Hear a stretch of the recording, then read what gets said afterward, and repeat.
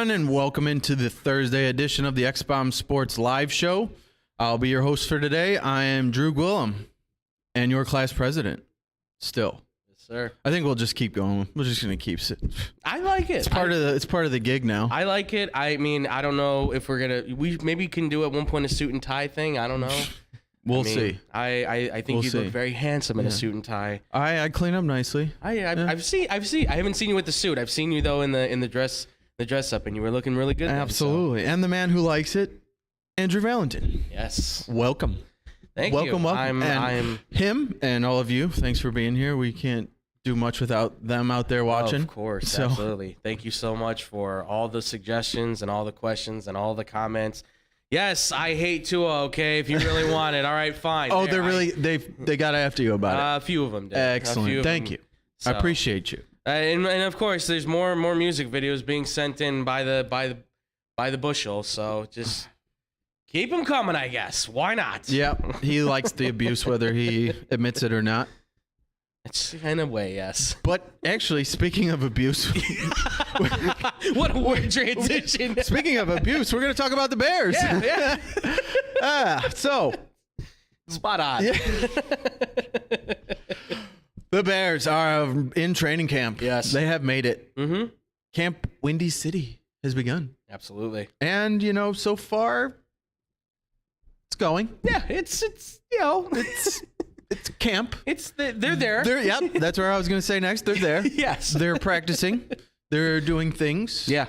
So that's good. Absolutely. They have a lot of new things to learn. Yeah.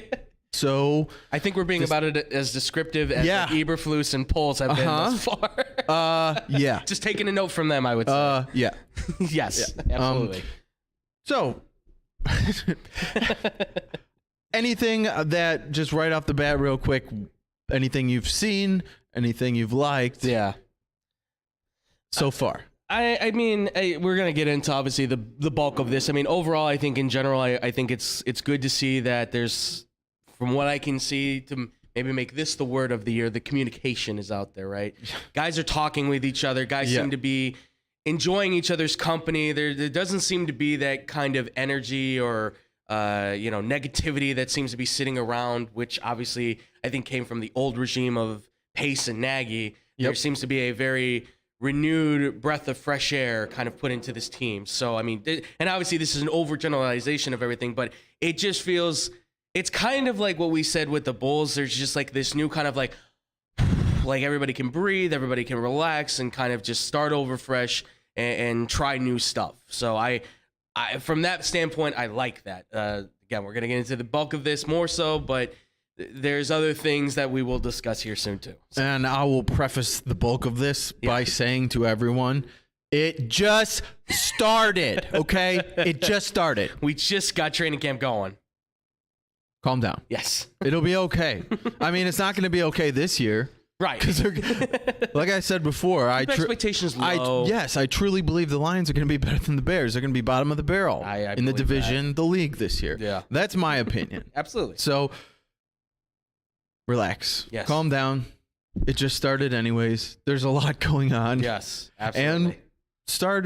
And one of the things that's going on is a second-year quarterback who I'm kind of looking at it as his first year because sure, absolutely. I kind of want to put last year in the back burner and call it as a wash and move forward. So that guy, obviously, is Fields. And so far, he seems to be feeling it a little bit. He's had his moments. It just started. So from all reports, Justin Fields is throwing better. And one thing we know for sure that we've seen and heard in the media from him, hearing from his mouth and the people around him, is his leadership so far. Mm-hmm.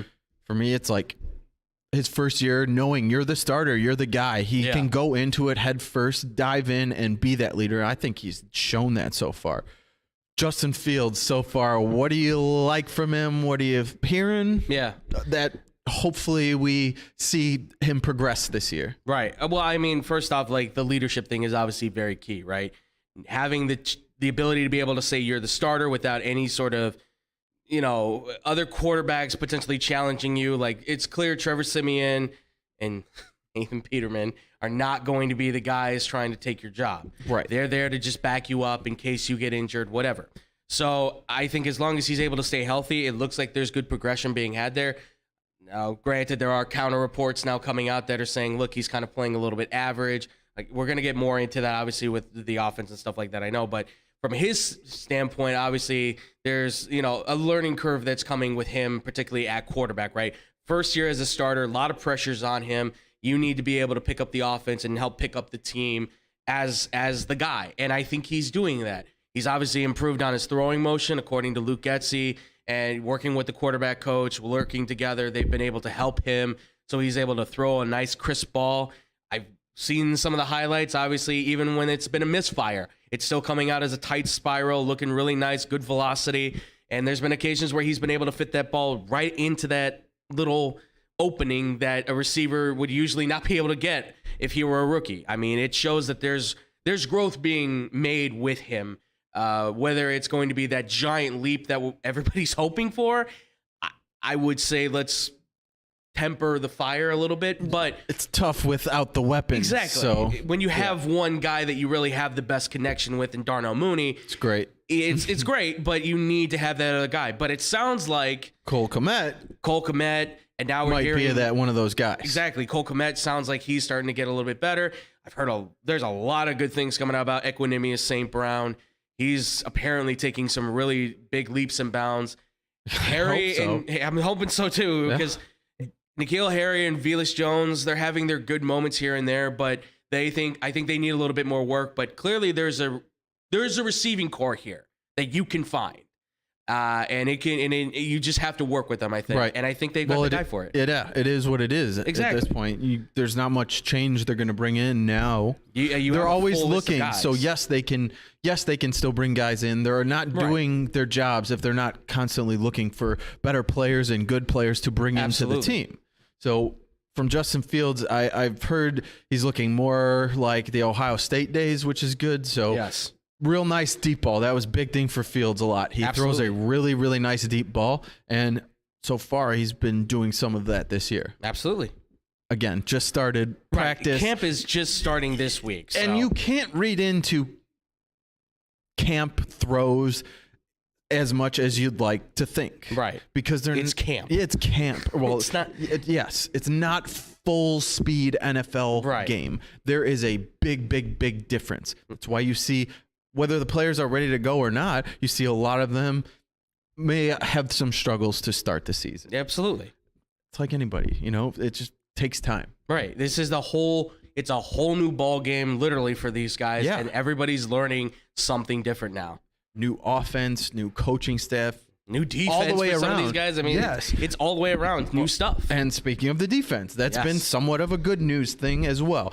Defense is kind of getting back to more intensity. Mm-hmm. So from what I heard from the players that have played for him before, he's a lot more. Eberflus is a lot more calm now that he's a head coach, not head on with the defense. But he was the guy that was in your face if you're not hustling all the time. Yeah, he's that kind of guy. He wants to see that.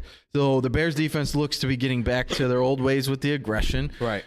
What do you like about the defense from what you've seen and heard so far? I like the fact that Eberflus is not a madman anymore. Although I like the madman. I don't know if you saw the Hard Knocks of the in-season for the Colts. I saw some of, yes. And you could definitely see Eberflus was a lot more intense than now being a head coach. Obviously, I think he knows cooler minds make better decisions, if you will. I don't know if that's really the saying, but I think in that kind of sense, like not being as angry about things going on, especially as a head coach, I think certainly allows you to be able to say, all right, what's happening? It allows you to process things, and that's important.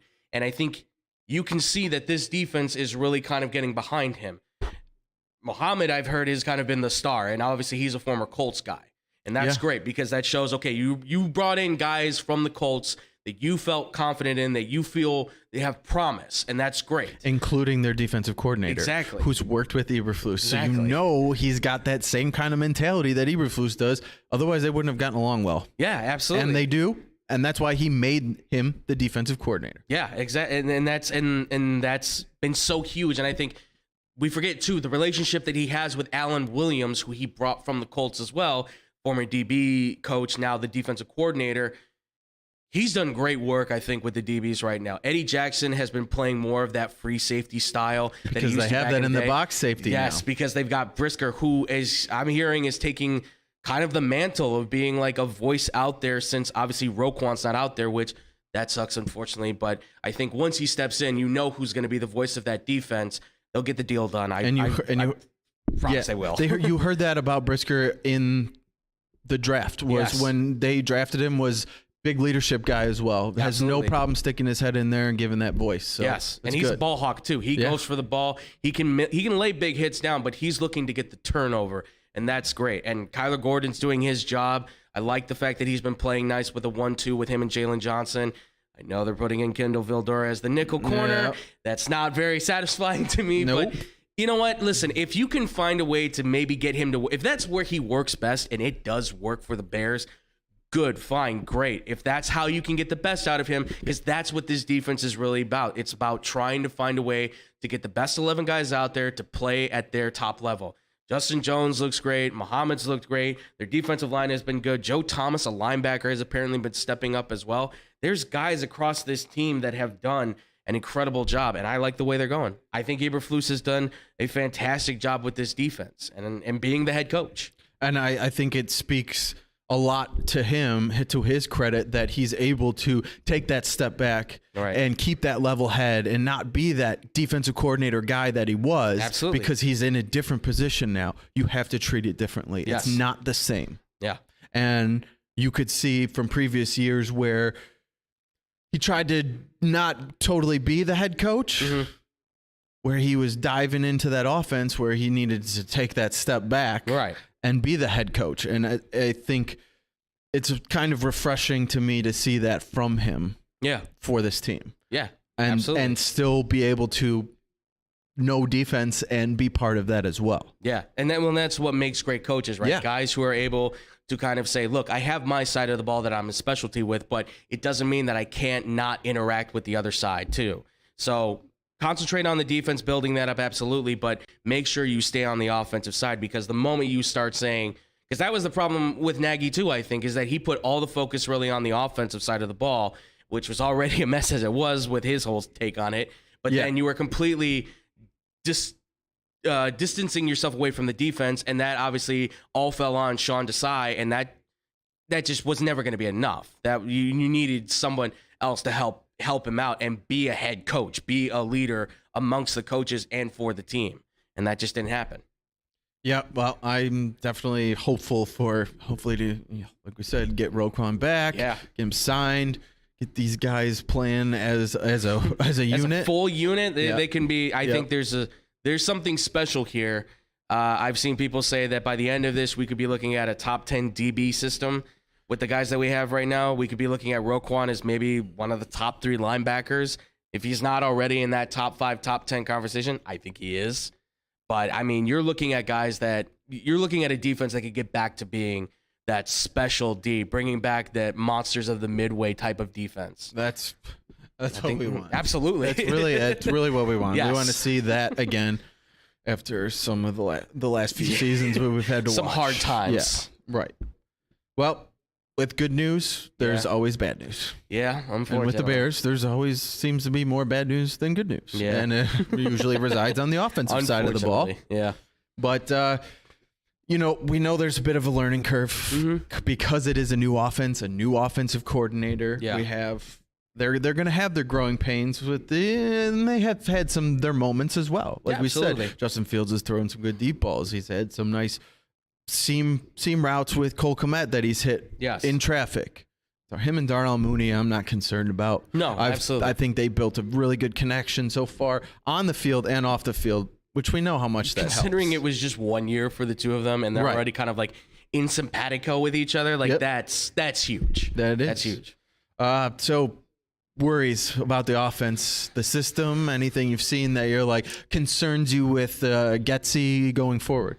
I'm giving Getsy a chance. Yeah, for sure. Obviously, it's first year, and this is not different, but it is a different feel of the offense compared to what Nagy was, right? It's not too far off, but it's still a kind of West Coast style offense.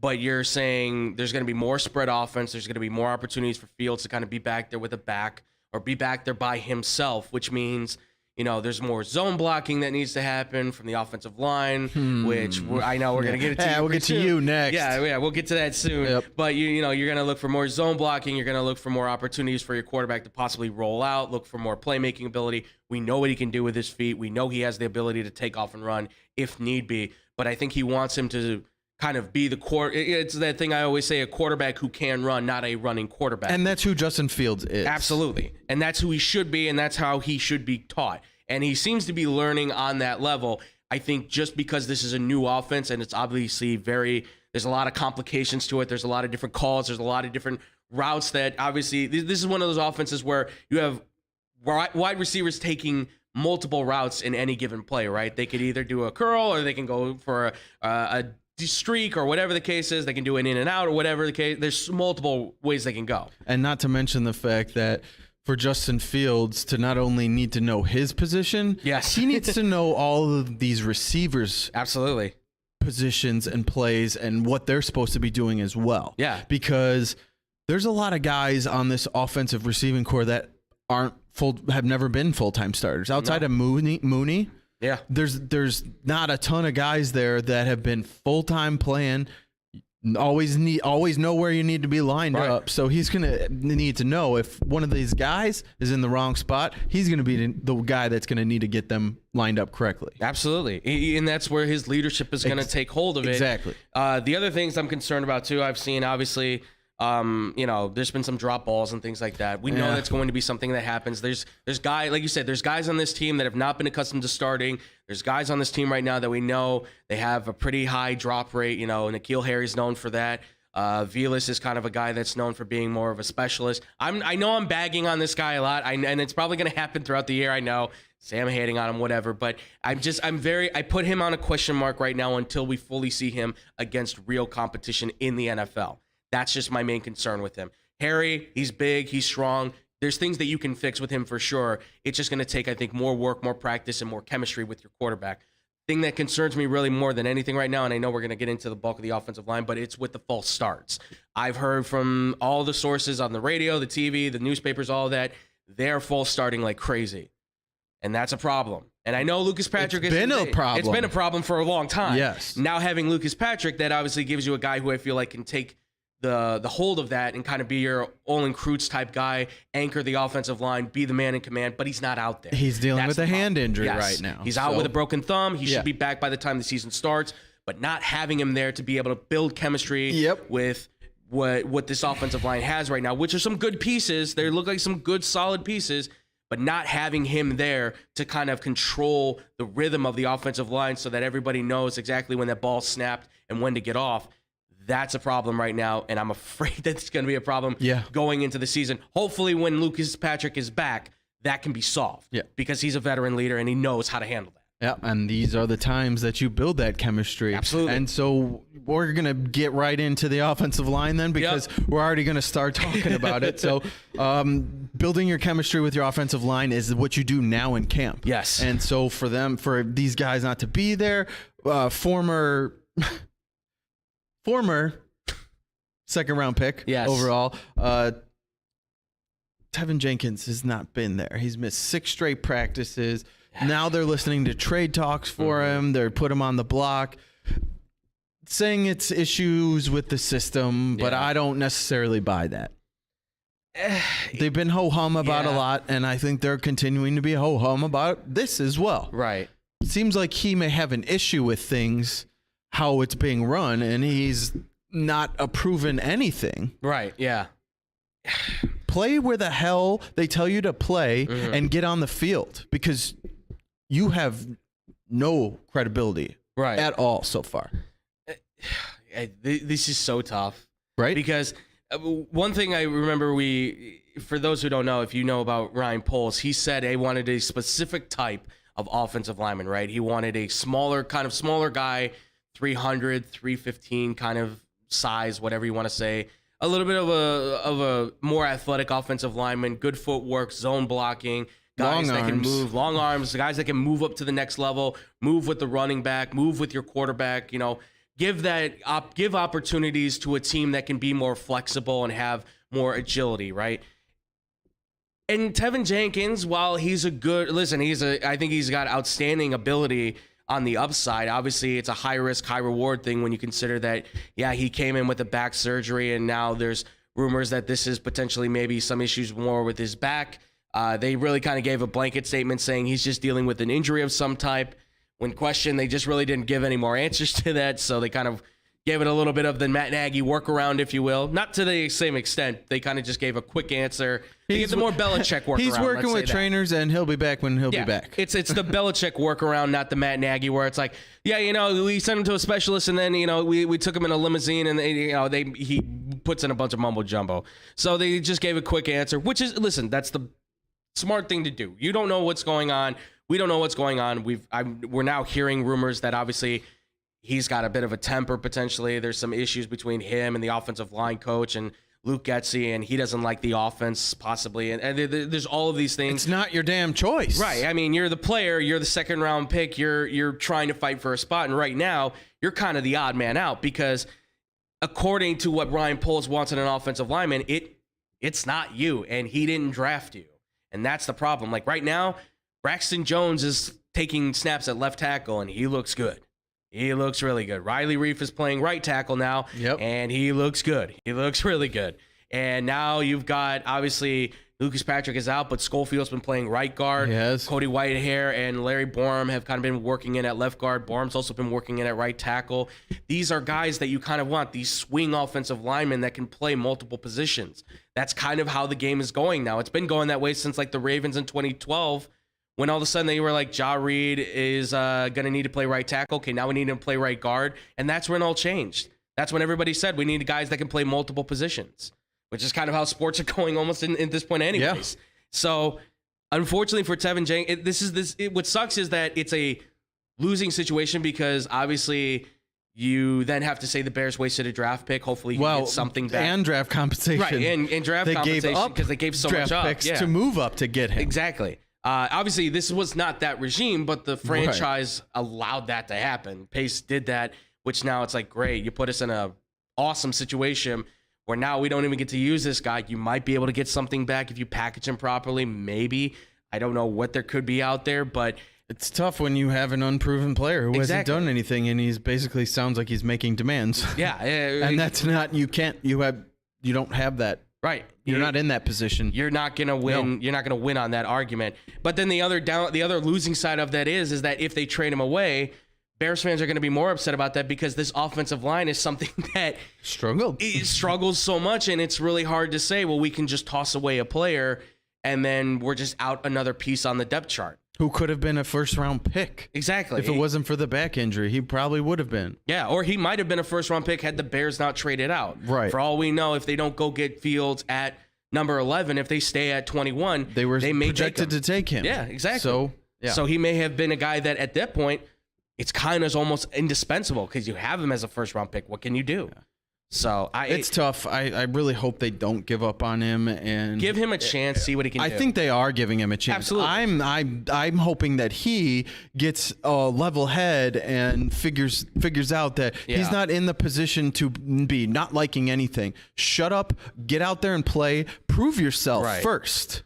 Yes. Prove that you belong on the field first. Absolutely. And he hasn't done that yet.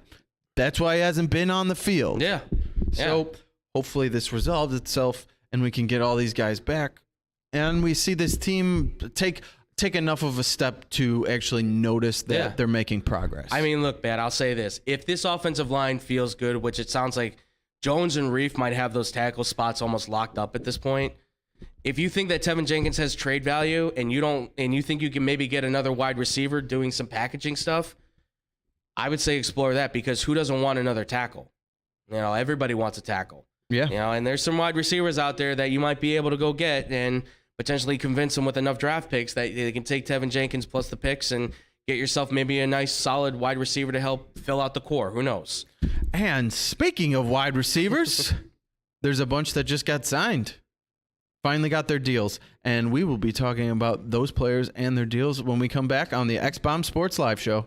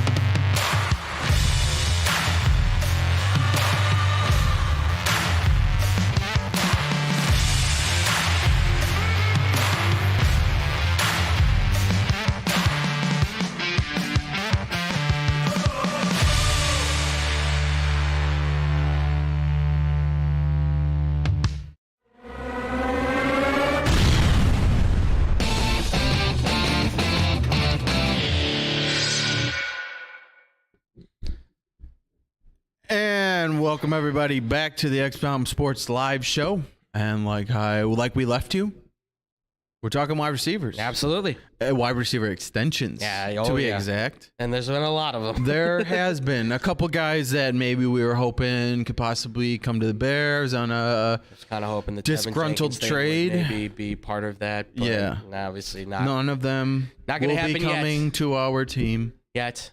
That's okay. All right, whatever. Yet. Okay. Always have some hope. They just got signed. Yes. They're not going anywhere. Speaking of, they're paying for the best in the NFC West.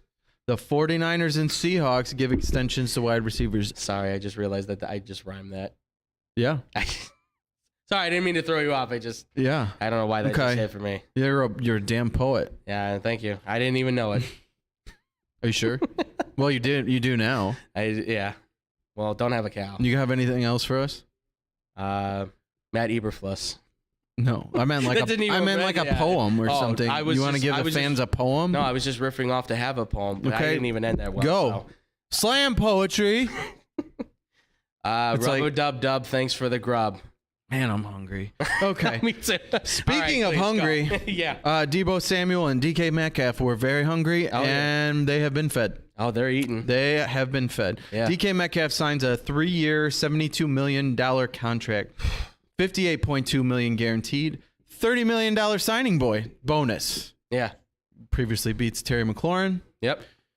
For starters. How upset are you that he wasn't able to be traded to the Bears? Because I am. Yeah. I am. Of course, yeah. But good for you. You deserve it. Absolutely. He's an excellent wide receiver, one of the best in the league. Big, strong, fast, nasty player. Love him. I love him. Oh, man. He is a stud. He is good. Contract, what do you think about it? I mean, it certainly, I think, plays to the level of what he is as a receiver, right? He's clearly one of the top guys in the game. I mean, you're talking about last year, he was dealing with, what was it, a foot fracture, I think? I believe so. I believe he was dealing with that. He still almost had 1,000 yards and still had double-digit touchdowns.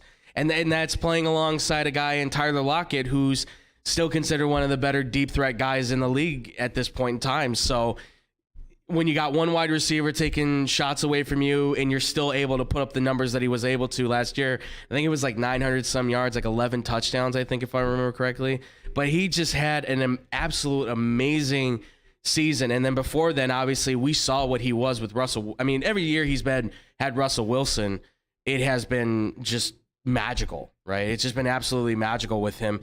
Last year, he didn't really even have him for most of the season. He had Geno Smith for a good while. And he still played well, and he still found a way to play well. And I know he's had tough times against better cornerbacks. We know that that's kind of an issue that he has at times.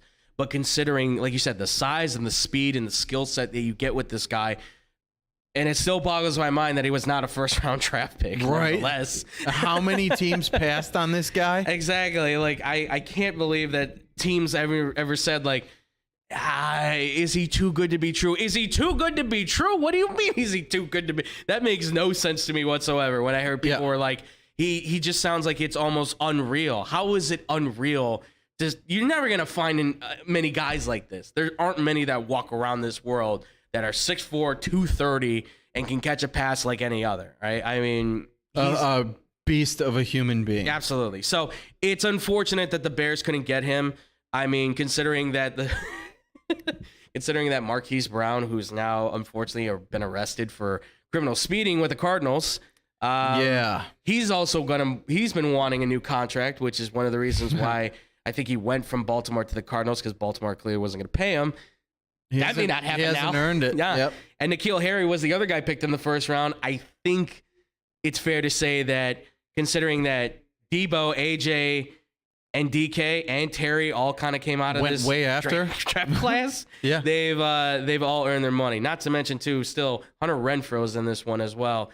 And I don't know if he's going to get the same amount, but he's going to get money. He's going to get paid. He's a very good player. Absolutely, he's a very good player. So it boggles my mind. He's definitely earned his paycheck. JJ Arcega-Whiteside went before DK, folks. Keep that in mind.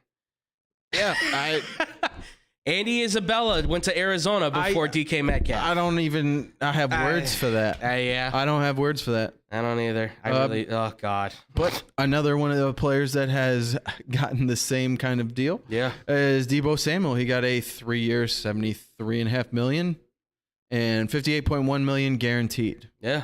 Again, another guy who does everything for San Francisco, and he definitely has earned every last bit of this money. It was hard for me, at least with Deebo. It was hard because of obviously how it kind of started. The Super Bowl was really his coming out party, but after that, it was kind of like, well, he's like up and down on the games and stuff.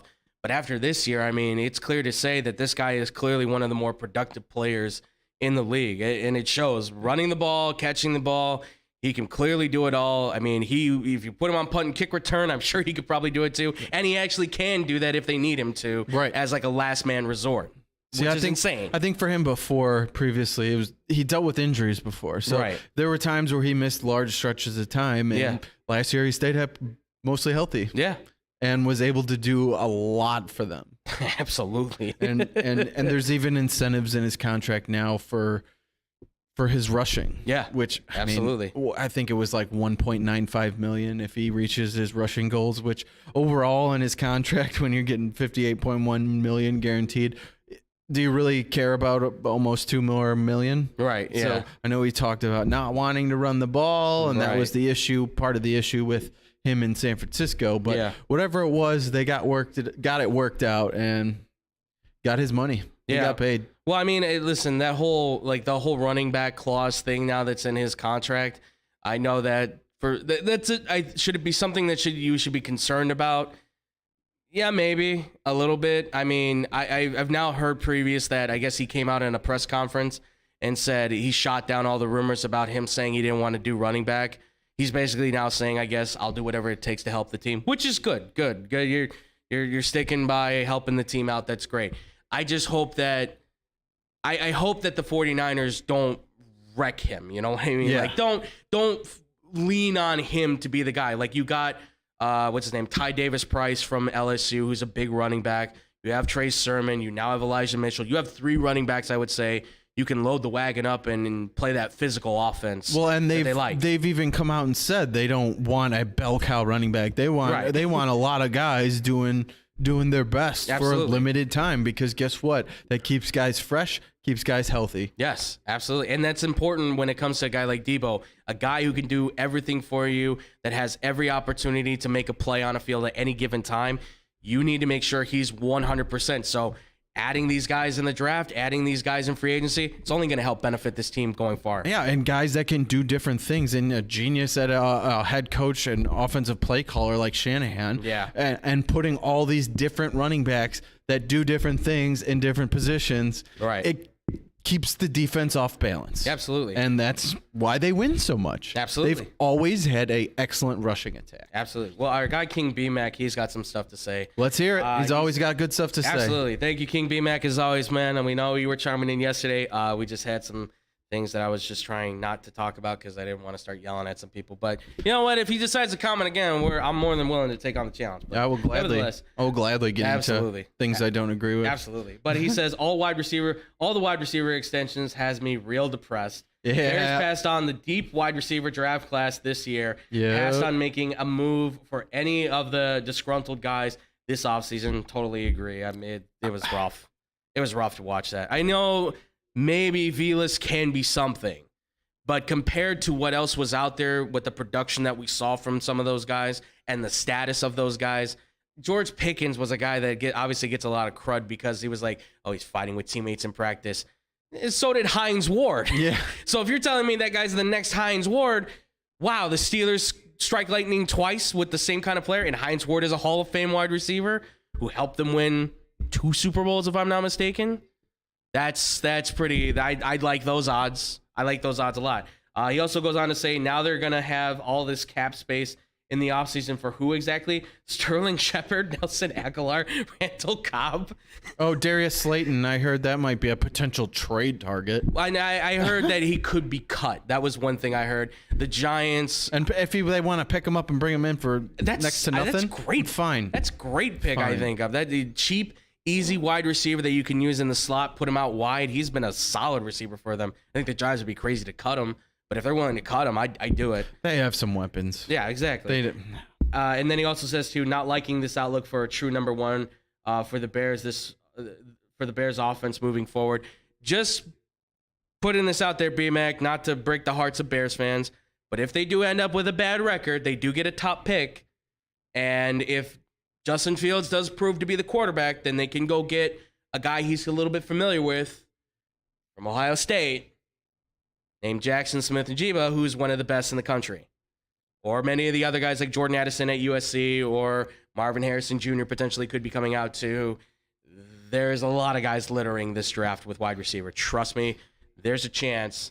They just got to find them. And while I am 100% with you, I was very upset with the non-early drafting of a wide receiver. Yeah. Bugged me a lot. When Absolutely. you are trying to progress Justin Fields, you need to give him weapons. Somebody he can grow with. Right. And I think they might have seen some of that in Mooney last year and then in the offseason with the way they've connected. But as long as Brisker and Gordon pan out, I'll be okay with it. As long as they pan out to be very, very, very good starters for this team and potentially Pro Bowlers, I'm good with that. Yeah. And then you work up that offense later. I'm fine with that, but it has to work. Absolutely. Otherwise, I'm not good. If it doesn't click, then Because that's a so problem. much has not worked out with this team. Right. Yes, we're going to be hesitant. Yes, if we see that a lot of these wide receivers start panning out, especially the lower level guys, and Velas doesn't take that jump,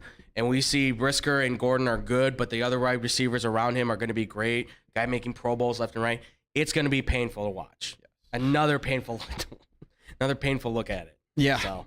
Very. And, well, may not necessarily be painful, but DK's attitude towards this contract, I mean, he's happy. Right. He seems okay for now. Yes. Seems happy he got his money, whether that continues, that happiness continues with how poorly the team may be playing this year.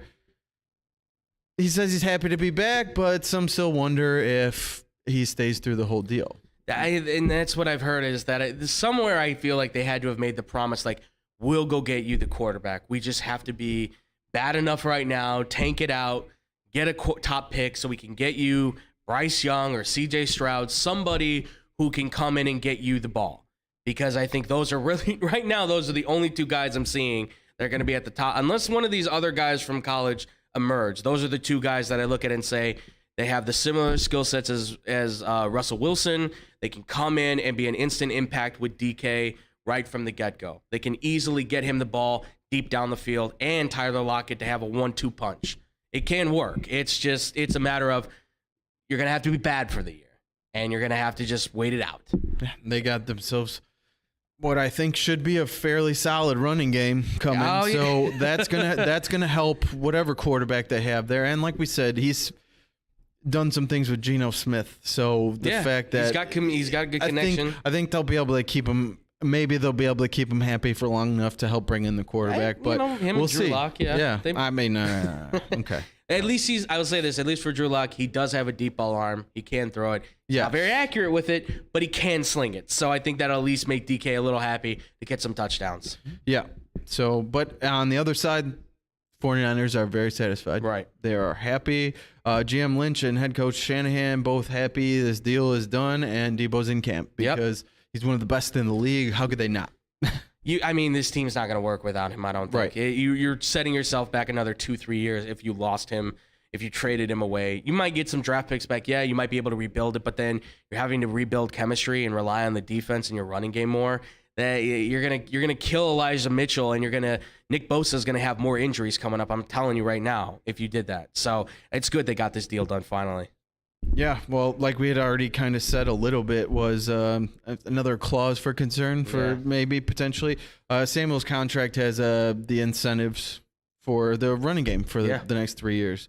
So we'll just run through what that looks like real quick. Yep. $650K for 380 plus yards and 3 rushing touchdowns. $150K for only 3 rushing touchdowns.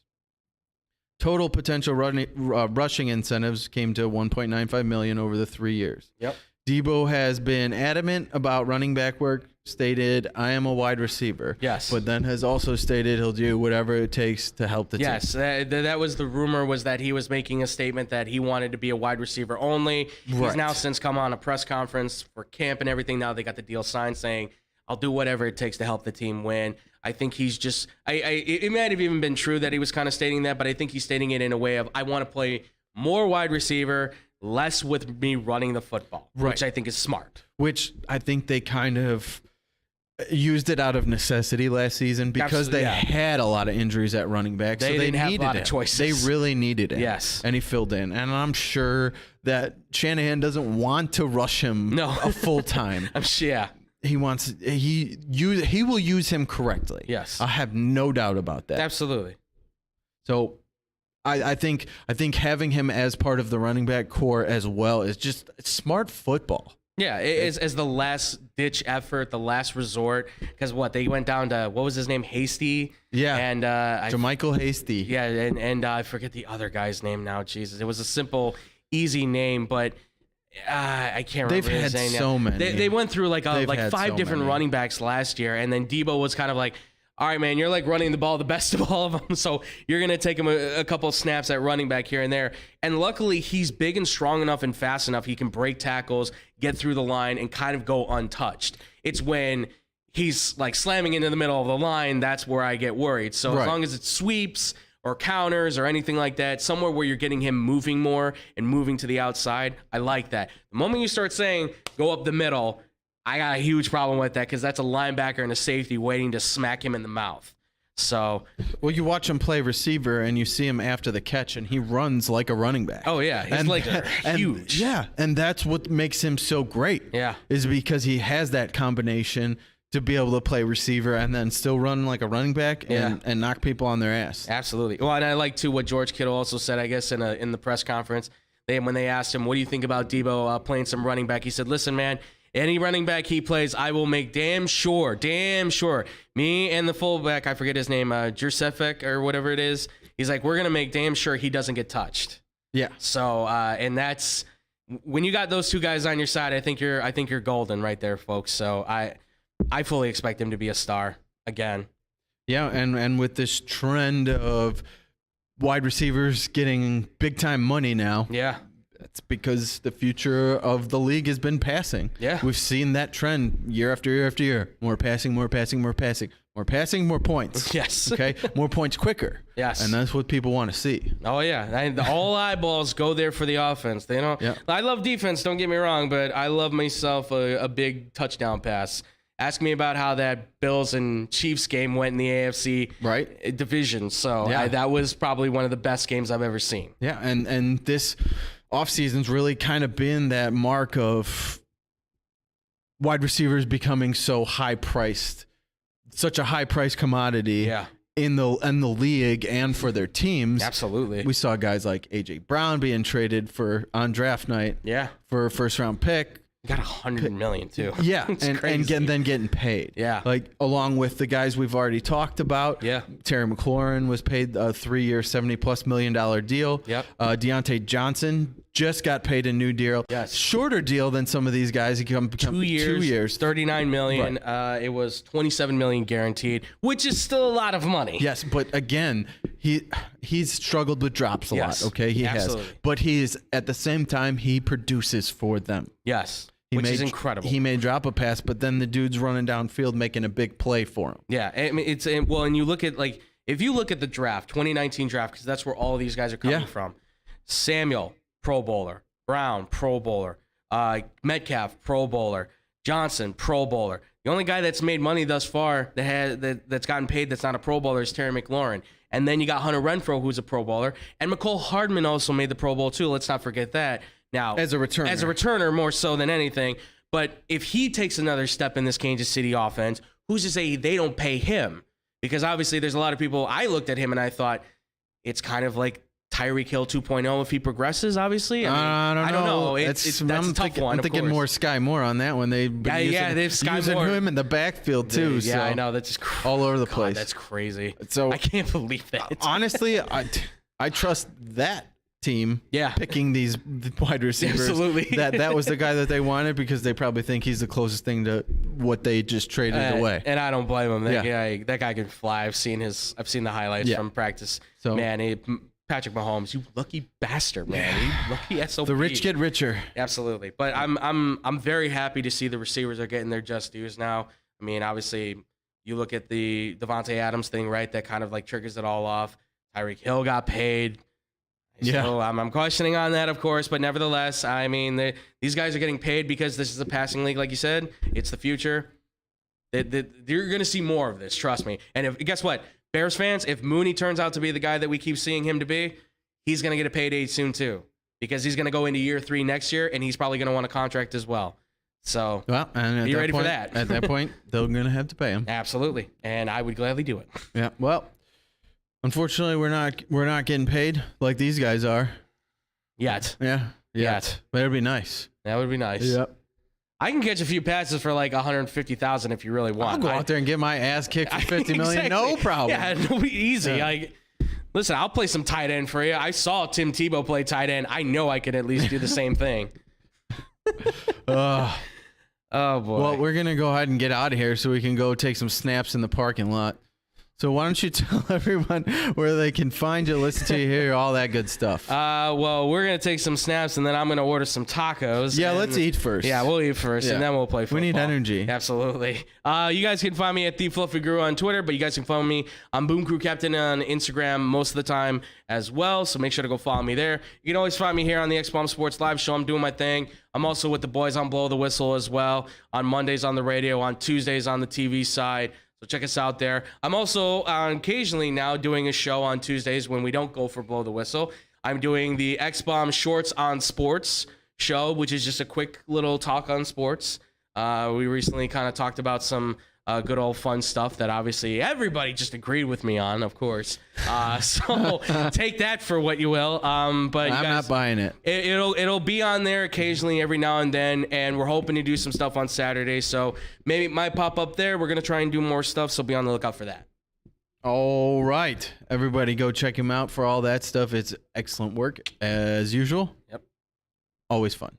Absolutely. Always fun. Thanks. Always have a good time, man. Had another great one today, I think. You know what? Can we give this man a round of applause, please, real quick? Can we just give him a round of applause? For all the great work that you do, man. You do an awesome job. So I just want to make sure that you're always acknowledged for it. Except for the outro part. That part's usually a damn mess. If you ever need help, just give me the wink and I'll help you. Because the TV is never on. Well, the TV's on. So the TV's on, but it's like not on. That's the problem right now. I told them yesterday the television wasn't going to work. Why? I don't know why it is Thursdays, every folks. Thursday. Thursdays for some reason are just not our day. I don't know why. Oh God.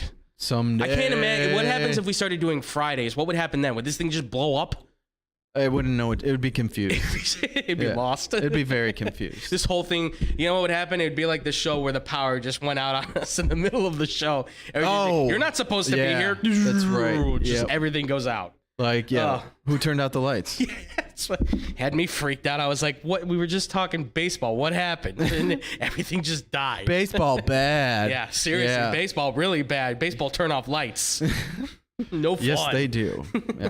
But if you want to come check me out, find me right here, hosting, co-hosting Wednesdays and Thursdays. Yes, sir. And check me out on Instagram at d.gwill25 and Facebook at Drew Gwillem.